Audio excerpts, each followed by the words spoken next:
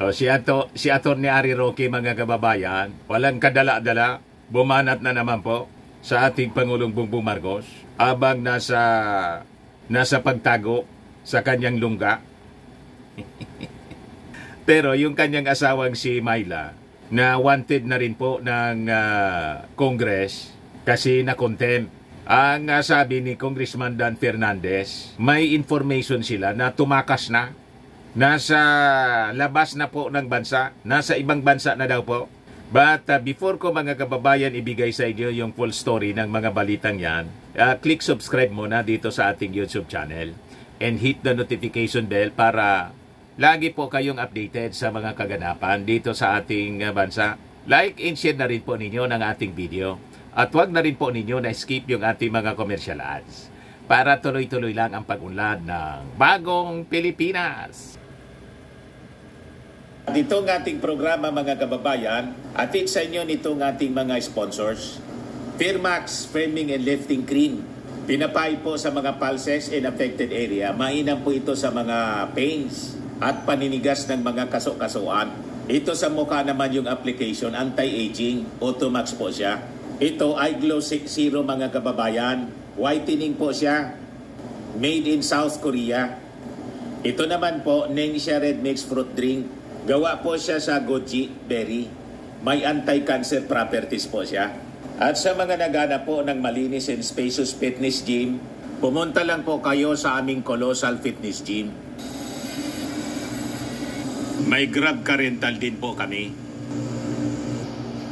At bills payment po sa aming office. At saka sa mga mahilig po sa mga imported bags, manood po kayo sa live selling ni Madam Eileen Rosales sa kanyang Eileen Closet po. Pati mga shoes, ito yung kanya po. Ito yung kanyang page. Kita ninyo, napakagandang mga online selling po siya. Si Madam Eileen Rosales. Cellphone number niya po, 773-798-7816. Balik tayo mga kababayan dito sa ating kwento. Ito yung latest na balita kay Myla Roque. Roque's wife denies refusing to appear before House Quad panel. Sabi ni Congressman Dan Fernandez, we have information niya that Myla Roque already left the Philippines. Yung audio lang po. What she is saying that she has been is not true to your mind. Yes, because what's in, ako personally, when I asked for the medical certificate coming from the hospital, what I have read was the prescription detailing the situation, what she's been through. And hindi yung done to her last year, and surgery as well, alleging that she underwent.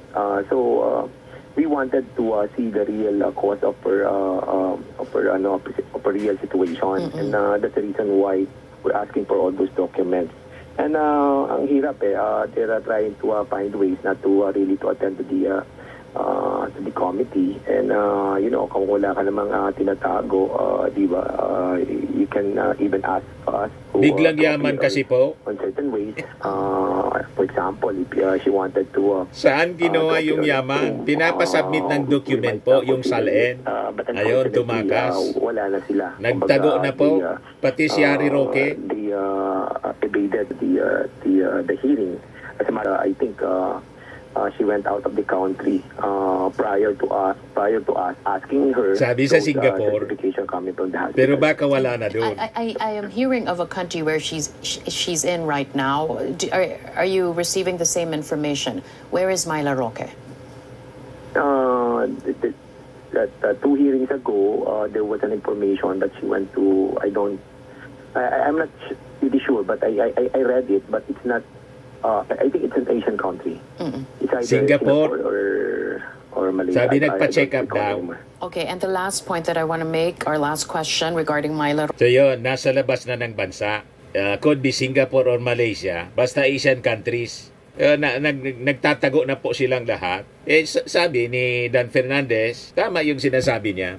Kung wala man anya silang itinatago, bakit umiiwas sila? Yan ang mga palusot po ng kampo ng mga Duterte. Takot sila mga kababayan harapin yung mga issue na kinakaharap po nila yung mga problemang pinasok nila, lalo dito sa issue ng Pogo. Sa mga Duterte, yung issue ng AGK, the war on drugs. Dito naman po, kay Harry Roque, yung issue sa Pogo.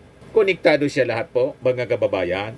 Ngayon, bumanat na naman po si Harry Roque. Ayun, tatapang-tapangan siya palagi. Roque blast Marcos for gaslighting Sara Duterte. Ikaw ang unang nang iwan. Laging binabaliktad po nila, mga kababayan. Paano nga unang nang iwan? Napakalinaw po na ang kumala sa unit team, si Inday. Diba? Una, kumalas mga kababayan sa Partido Lakas kasi nabuking mga kababayan yung plot. Ang gustong mangyari nila, gawin lang nila, pabayaan silang gawin yung mga plano nilang maitim laban sa administrasyon at wala lang na aksyon na gagawin yung ating administration. Napaka-abusado po. Napakalinaw. Saan nagmula yung pagkawasak ng unit team? Nagsimula po doon sa pag-ambisyon ng kampo nila sa pamamagitan po ni GMA. Trinay mga kababayan na ikodita si Martin Romualdez. Hindi po papayag yung ating Pangulo na mawala si Martin Romualdez. Sabi ko nga po, si Martin Romualdez is the knight in shining armor ng ating Pangulo. Pinsan po Bakit inilagay po? Para mga kababayan. Unang-una, yung agenda ng administrasyon mabilis na maipasa sa Congress. Pangalawa, proteksyon ng ating Pangulo sa anumang attempt na itulad kay Erap Estrada na inimpeach po, mga kababayan. Remember, Vice President noon, mga kababayan, si GMA. Ano nangyari? Nang ma-impeach si Erap as successor to the President, umupong presidente si GMA.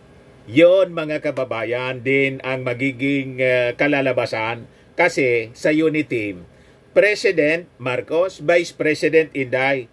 So ang proteksyon, mga kababayan, sa anumang attempt for a possible impeachment, si Martin Romualdez, hindi papayag po si Martin. Hindi papayag po yung ating Pangulong mawala si Martin. May attempt po na ikodita. Remember yung plot? Nagsumbong yung ibang mga congressmen na nire-recruit po para ang ilagay po na Speaker of the House, yung barkada ni Inday, si GMA. Ayon, doon nagsimula po, natanggal si GMA. Dinimote as senior deputy speaker at hindi na po isinasama dati. Sinasabi ng ating Pangulong Bongbong Marcos, laging kasama sa mga foreign trips, siya niya yung aking secret weapon. Yung secret weapon pala ng ating Pangulo, nakaumang sa kanya yung weapon. Hindi po paiisa sa inyo.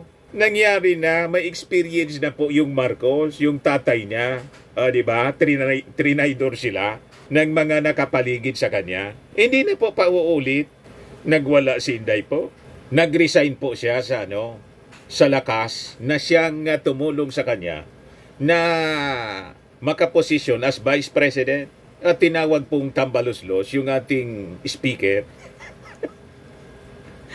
Then next, mga kababayan, yung confidential funds. Pasalamat nga binigyan kayo ng confidential funds. Pero hindi ibig sabihin na binigyan kayo ng confidential funds ay lulunukin ninyo in 11 days at hindi ninyo maipaliwanag ng maayos. Yan ang gustong sabihin nila. Na basta't binigyan sila ng pondo, bala na sila. Hindi ninyo pera yan. Yun ang pinagpuputok ng botsi, mga kababayan ni Inday. At ngayon, ito yung sinasabi ni Harry Roque. Yan Roque Blas Marcos for gaslighting Sara Duterte. Ikaw ang unang nang iwan. Paano mo nasabi? Inabando na daw ng ating Pangulo. Si Inday, iniwan daw. Basahin natin. Sabi diyan, former presidential spokesperson Harry Roque has called out President Ferdinand Marcos Jr. saying he has the first to ditch his supposed ally Vice President Sara Duterte. According to Roque, real friends are supposed to stick it out through thick and thin, not bail when things get messy. So ang ibig ninyong sabihin, gayahin ang ating Pangulong Bongbong Marcos ang ginagawa ni Digong. Hindi man po maaari. Hindi man po pwedeng tumulad sa pag-ugali ninyo na alam ng mali yung ginagawa ng kaalyado, kaibigan, tulad ni Pacquiao, nandun pa rin kayo. Hindi maaari ang ganon. Maling-mali ang ganyang pananaw. Kaya nga tingnan ninyo, ang support ngayon sa mga Duterte, 15% na lang. At yung ating Pangulong Bongbong Marcos, tumaas pa uptrend yung support ng mga Filipino kasi tama yung kanyang ginagawa. Bakit?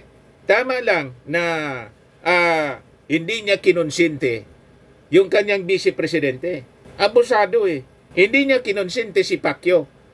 Kahit nag-support si Pacquiao during the election, through SMNI, yung mga yung mga interviews na sinasabi ninyong sinusumbatan ninyo, dahil ba tumulong, ikukonsinti na yung masamang gawain.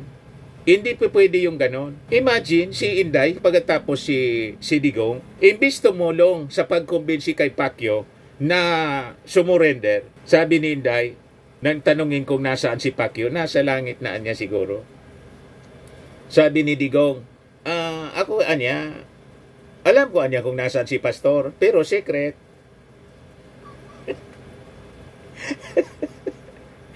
You see? O ngayon, iniimbestigahan sila, mga kababayan. Kasi nga po, mali yung mga ginagawa. Ang gusto ninyong mangyari, kahit mali yung ginagawa, konsentihin kasi kaibigan. Yan po ang hindi maaari sa Marcos administration. Kaya nga tingnan ninyo, abogado niya mismo, si Vic Rodriguez, ginawa niyang executive secretary. Ano nangyari? May abuso, pero hindi niya kininto ng ating Pangulong Bongbong Marcos. Anong ginawa niya? Dinemote na lang niya. Hindi man niya nga tinanggal. Nag-resign na lang po si Vic Rodriguez kasi napahiya.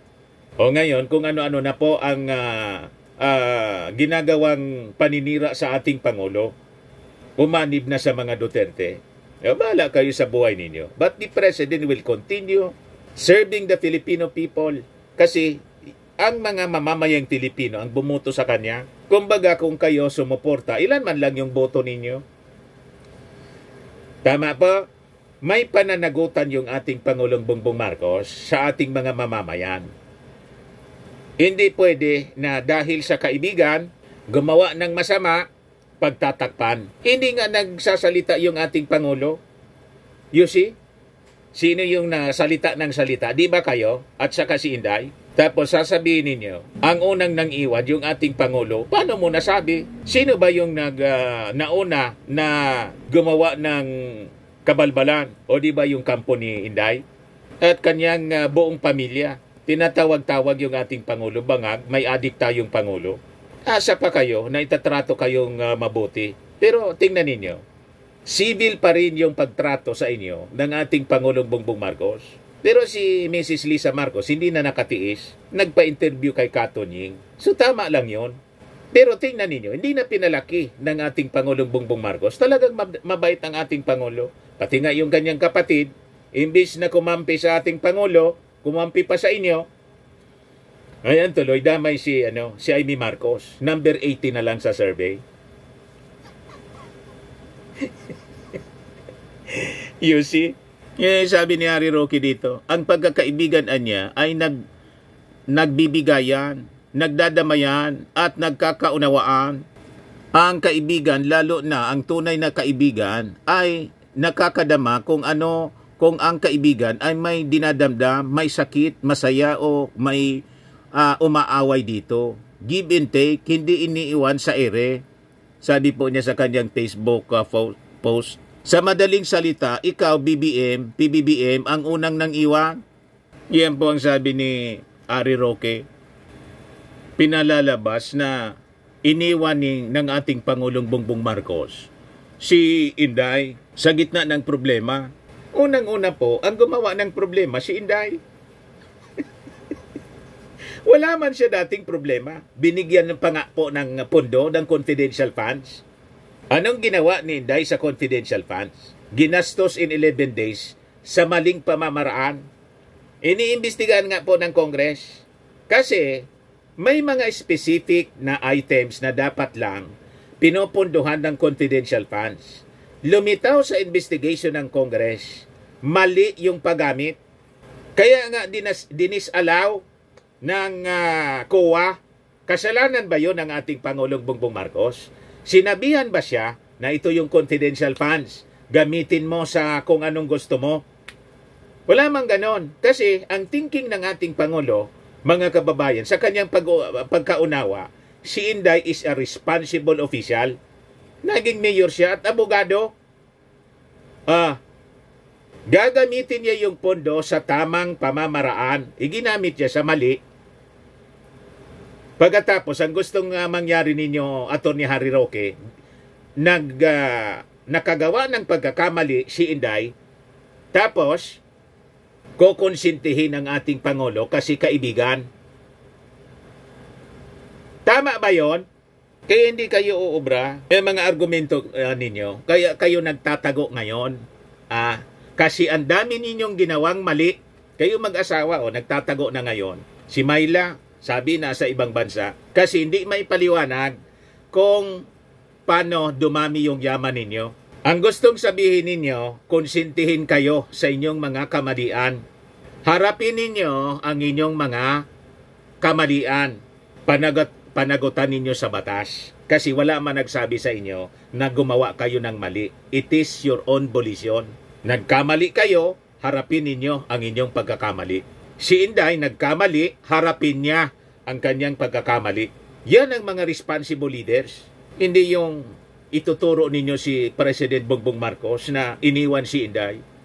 Paanong iniwan? Kayo yung dumistansya Saan ka nakakita? Kayo ni Tin. Tapos yung tatay, walang tigil sa paninira sa ating Pangulo. Tapos may nausog rally. Yung asawa mo, nasa gobyerno pa rin, nagtatrabaho. Pero nandun ka sa rally, sinisiraan yung Pangulo. Sino magugustong ganon? Sige nga, baliktarin natin. Sa panahon ninyo, kung ganon ang gagawin ng inyong kaalyado nga pero sinisiraan, in public pa, baka natukang na. You see? Imagine, nasa ibang bansa yung ating Pangulo, iniwan na caretaker si Inday. Imbis magtrabaho si Inday, nandun sa rally sa Liwasang Bonifacio, na ang sigaw, Marcos resign, tapos nandun ka pa. At sabi mo pa doon sa rally, iniintay lang na namin yung go signal kung kailangan na namin anyang sumugod sa Palasyo Malacanang. Imagine that na pang-aaboso ninyo, harap-harapan na pang-iinsulto ninyo sa ating Pangulong Bongbong Marcos. Kasi na-underestimate ninyo. Ang tingin ninyo sa ating Pangulo, mabait at hindi kaya kayong harapin. Doon kayo nagkamali o ngayon, ano nangyari sa inyo? O di ba? Parang na umihip kayo sa lusong. Di ba? Tawag dito sa amin, naghayop sa lubang. Umihip sa lusong.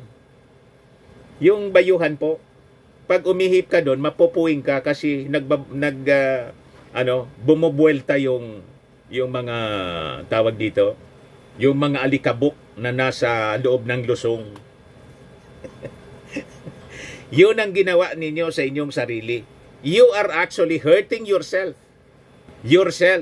Ang mga problema na inyong kinakaharap, including Inday, ang may gawa, kayo mismo.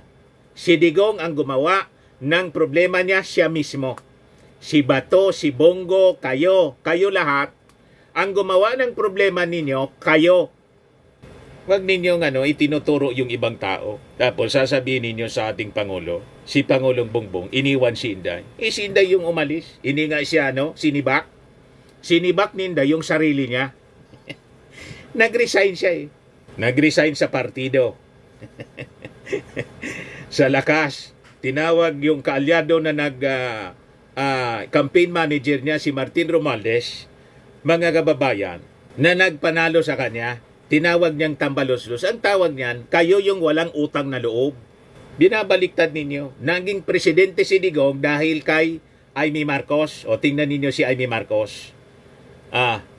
O diba? Sa kasi siksik sa inyo, number 80 na tuloy. Laglag na po sa Magic 12, baka matalo. Kasalanan niya yon. Sumama sa inyo eh. Yan sabi rito ni Harry Roque. The President's pronouncement that maybe he was deceived because the Vice President thinks that they are not friends is plain and simple gaslighting. Tahimik ang palasyo nang pumutok ang issue ng confidential funds ng Office of the Vice President na ang nagbigay ay ang Pangulo at nanggaling sa Pangulo. Maraming issue magmula noon ay hinayaan lang ng pinsan ni PBBM na wasiwasin si BP Sara. So ang ibig sabihin po ninyo, pagsabihan ng ating Pangulo si Martin na wag wasiwasin si Inday Sara habang siya matagal nang winasiwas ni Inday. Matagal nang pinagtatawag ninyong tambaloslos at hindi nga nagre-react ng nagpapalabas ng masasamang salita. Sabi ni Martin Romualdez, we are still friends niya. You see? At yung maling paggamit ng confidential funds, hindi man yun kasalanan ni Martin. Ni kasalanan ng ating Pangulong Bongbong. Pasalamat si Inday, binigyan siya ng confidential funds. Sa pagbigay ng ating Pangulo ng confidential funds sa kanya, hindi nangangahulugan na gamitin niya sa mali. Ginamit niya sa mali. Tapos, ang gusto ninyong mangyari, manahimik lang yung ating Pangulo. Manahimik si Martin. Gusto pa ninyong idamay sa kagagawa ninyo. Sa totoo lang, yung ating Pangulo nga, biniblame ninyo na hindi i-defend, nanahimik. Buti nga, nanahimik lang. Di ba? Kung si Digong yan, baka kung anong sinapit ni Laila de Lima at yung sinapit ni Leni Robredo, baka kung ano nang kahihiyan, pinahiya na in public kasi sanay sa pagpapahiya in public ni Digong. Pasalamat kayo, natahimik lang yung ating Pangulo kasi walang ugali na tulad ni Digong ang ating Pangulo. Pero masyadong kalabisan na you demand sa ating Pangulo na dapat sumaklulo. Sobra na yun. Sasakluluhan pa yung Vice Presidente na yung tatay. Gusto nang ipakodita yung ating Pangulo. At si Inday naghihintay doon sa naghihintay doon sa Liwasag Bonifacio na mag-take over. Inappoint pa yung sarili niya as designated survivor. Ano tingin ninyo sa ating Pangulo? Tanga? Underestimate ninyo yung ating Pangulong Bongbong. Masyado kasi kayong assuming. O ngayon, para kayong tumalon sa Kumunoy. Sumuko ka na sa Kongreso. Kasi pag hindi, mananatili kang pugante, Harry Roque. Panagutan ninyo ang inyong mga pinagagawang kabulastugan, including Inday. Hindi kayo tatantanan ng Kongres. Pati yung Quadcom. Sabi ni Benny Abante, Congressman, borrowing the words of Mike Enriquez, hindi namin kayo tatantanan. Yan ang sabi ng Quadcom. Mananagot ang dapat managot. Nagkasala kayo, harapin ninyo ang batas. Kung hindi kayo nagkasala, lalo na dapat ninyong harapin para linisin yung inyong pangalan. The fact na nagtatago kayo, flight is guilt. A sign of guilt. Yun po ang malinaw dyan, Attorney Harry Roque. Ang akala ko ba, napakatalino mo, abogado ka, napakayabang mo, bakit ka nagtatago? Magyabang ka pa ng magyabang. Sige lang. Isabi sa Bible po, yung mga mayayabang daw, binababa, yung mga mataas. And the pride comes before destruction. Yan ang sinapit po ninyo. Tama pa? Huwag kami, Attorney Harry Roque. Sa mga naghanap ng malinis and spacious fitness gym, pumunta lang po kayo sa aming Colossal Fitness Gym. We also offer Grab Car Rental with our brand new 2023 model ng Toyota Innova.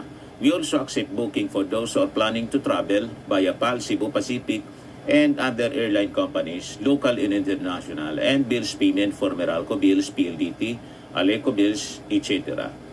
Ang Colossal Fitness Gym is located at 3rd floor Security Bank Building, Landco Business Park, Legazpi City, Albay. For inquiries, look for Chilon Maravillas. Contact number 0966-802-0949. Yan yung aming Innova. Lagi na pong matao sa amin. Pati mga foreigners po, tingnan ninyo. Mga British tourists sila. Ang lalaki ng katawan na, mga kababayan, nag-gym sa amin. Ito naman po, Indian National. Ito mga mga European sila. Ito naman yung bago naming product na binibenta online, iGlow Serum. Whitening po siya galing sa South Korea. Tingnan ninyo yung epekto sa aking anak na architect entrepreneur, Riz Maravillas. For inquiries, look for Riz Maravillas on FB. Ito naman po, Firmax Firming and Lifting Cream. Pinapahid po ito sa mga pulses and affected area. Mainam po ito sa mga pains at paninigas na mga kaso-kasuan.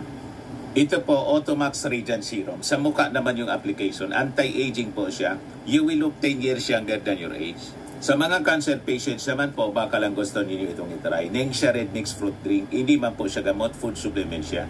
Kaya lang, gawa siya mga kababayan sa goji berry. Yung goji berry may anti-cancer properties. Yung mga inquiries ninyo, dumiritso na lang kayo sa aming messenger sa Facebook para masagot namin agad. Ayos po. Ako po si Dante Maravillas. Bye-bye. God bless.